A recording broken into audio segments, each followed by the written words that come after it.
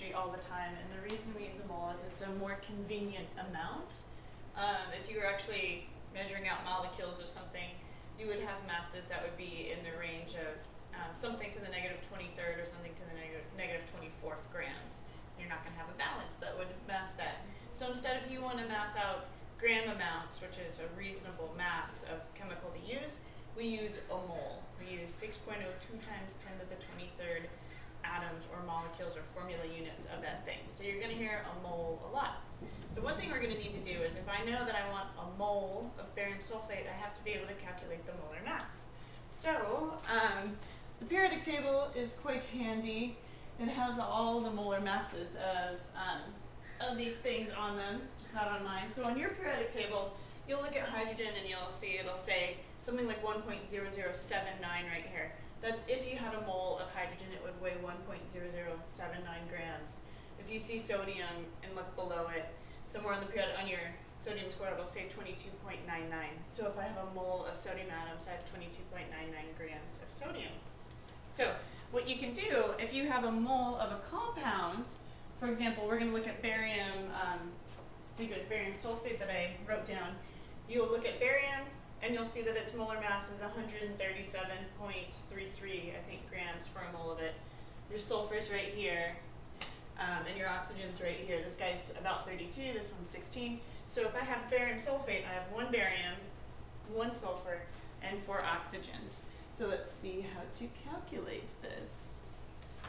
Okay, so I'll say if I have barium sulfate, barium is a 2 plus because it was in the second column. Sulfate is a 2 minus, I've memorized it. So if I'm going to look at this, I'm going to say I have a mole of barium sulfate includes 1 mole of barium, 1 mole of sulfur, and 4 moles of oxygen. So the barium was 137.33 grams, pretty sure. We're going to go with that.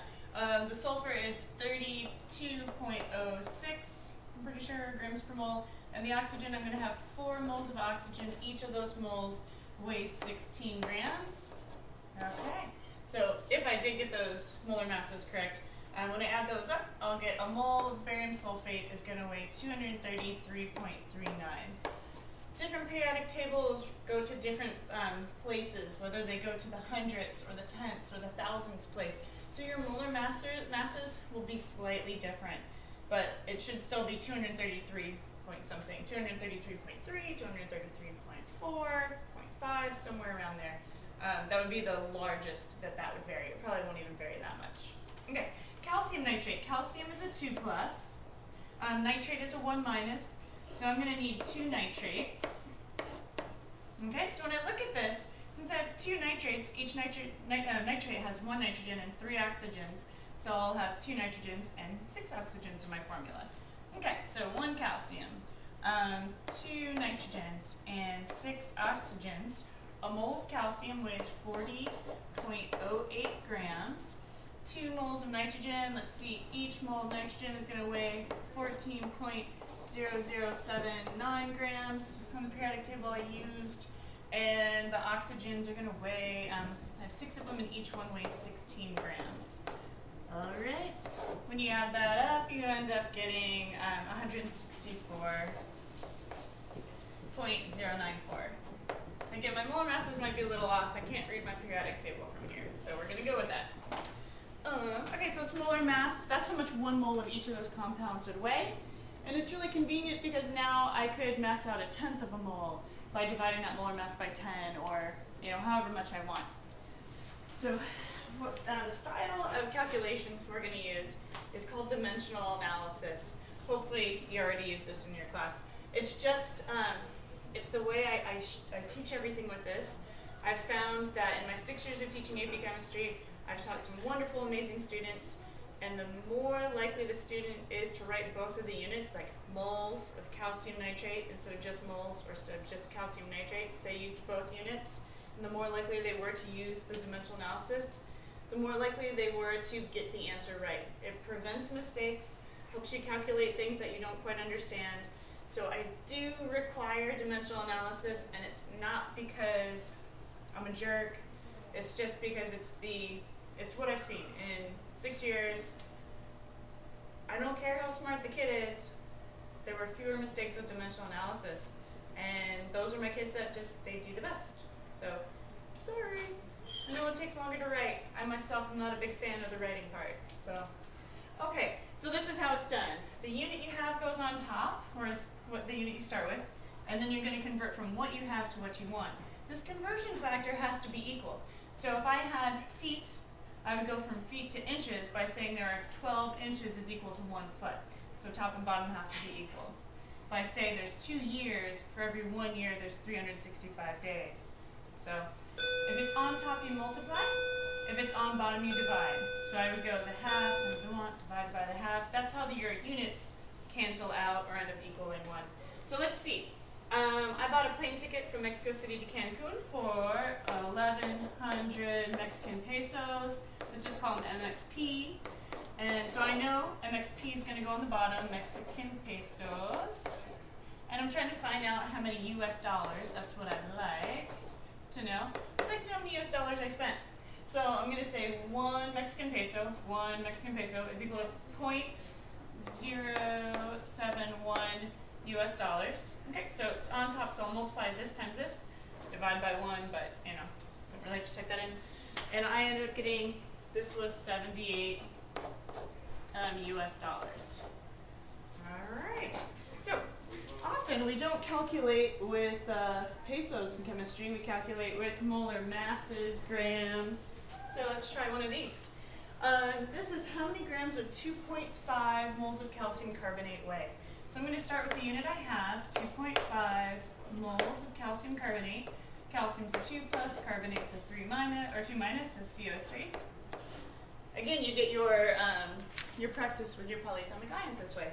So moles of calcium carbonate goes on the bottom, so CaCO3, and I'm going to find out how many grams that is. So grams of CaCO3. Now I need to have some relationship, so I'll find out the molar mass of calcium carbonate. I did it earlier, and I'll find out that 1 mole of calcium carbonate weighs 100.091 grams. Okay, so 2.5 times 100.091 divided by the 1. Don't actually have to type that in. Moles of calcium carbonate cancel out, or they equal 1. And I'll get my answer in grams of calcium carbonate. And I got 250. I just round to 2 sig figs because that had 2 sig figs. Don't worry about sig figs yet. But I'll always use them so that hopefully you get the pattern.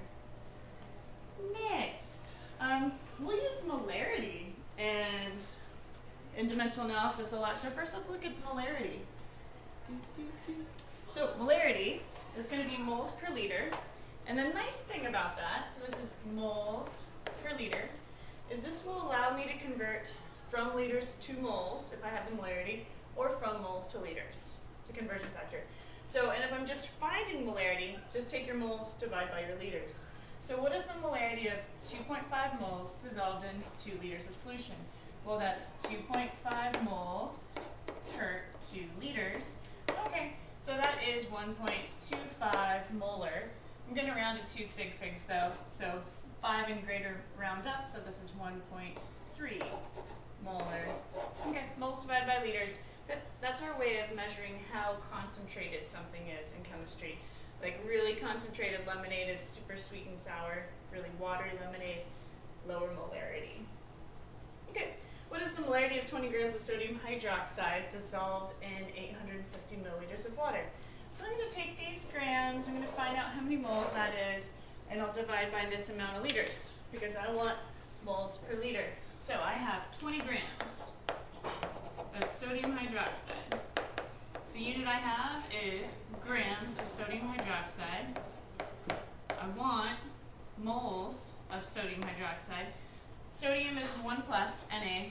Hydroxide is not on our list yet, but it's OH with a 1 minus charge.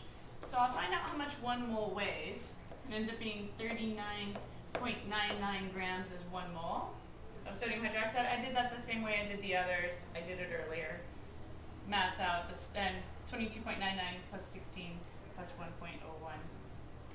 Okay, so then let's see. I've got 20 grams divided by this guy. Ends up being 0.550. I think I just went to 3 sig or 3 digits right now. I kept some extra digits and I'll round at the end. So that's moles of sodium hydroxide. I'll do the same thing with my milliliters. I have 850 milliliters. You don't have to use dimensional analysis if you don't want. You can just move the decimal point. I'm going to do it just to give you some dimensional analysis practice though. I'm going from milliliters to liters. 1 liter contains 1,000 milliliters. So 800 divided by 1,000, 0.85 liters. Okay, so now I have my moles, I have my liters. My molarity ends up just being that 0.5 moles over 0.85 liters. And that gave me 0.59. That's the molarity, just moles per liter. Okay. You can also use the molarity, we said, as a conversion factor. So let's look at that. That'll be if I start with moles and I go from moles to liters, or if I start with liters and I go from liters to moles. So remember, molarity, moles per liter. So my question is, how many moles of sodium hydroxide are in 350 milliliters of 2.2 molar sodium hydroxide? So again, just for some practice, I'll do the whole thing in dimensional analysis. 350 milliliters, and I can say milliliters goes on the bottom. I'm going from milliliters to liters. If I have 1 liter, I have 1,000 milliliters. Okay, so then I have my 1 liter. My molarity tells me that there's 2.2 moles of sodium hydroxide for every 1 liter. So I can say for every, I've got liters here, liters goes on the bottom, and for every 1 liter, there are 2.2 moles of sodium hydroxide. Okay, so I can see liters cancels out, milliliters cancels out. I'm left with moles of sodium hydroxide, and let's see, I had 0.77 moles of sodium hydroxide is what I get when I go 350 divided by 1,000 times 2.2. Next one, how many moles of 1.5 molar sodium hydroxide are required to supply 2 moles of sodium hydroxide? So I have 2 moles of NaOH, and I know that there's 1.5 moles. I know that moles of sodium hydroxide goes on the bottom. There's no other option. And I can go from moles of sodium hydroxide to liters using my molarity. 1 liter of sodium hydroxide contains 1.5 moles. Okay, so 2 divided by the 1.5, and I end up getting, with 2 stick figs, 1,300. I guess actually I had 1.3 liters, and it asked for milliliters. So 1.3 liters, which is equal to 1,300 milliliters. Okay, for the next one, 25 grams of sodium hydroxide. Grams is not very useful. I'm going to turn that into moles. So 25 grams of NaOH. I know I have grams of sodium hydroxide, so that goes on the bottom. I'm going to convert that into moles. Moles of sodium hydroxide. Then once I have moles of sodium hydroxide, the molarity can relate that to liters. And once I have liters, I know for every 1 liter, there's 1,000 milliliters. Okay, so my molarity tells me that there's 1.5 moles for every 1 liter. The molar mass is going to be 39.99 grams of sodium hydroxide for every 1 mole. So then 25 divided by 39.99 divided by 1.5 and times 1,000, I end up getting, let's see, 420 milliliters.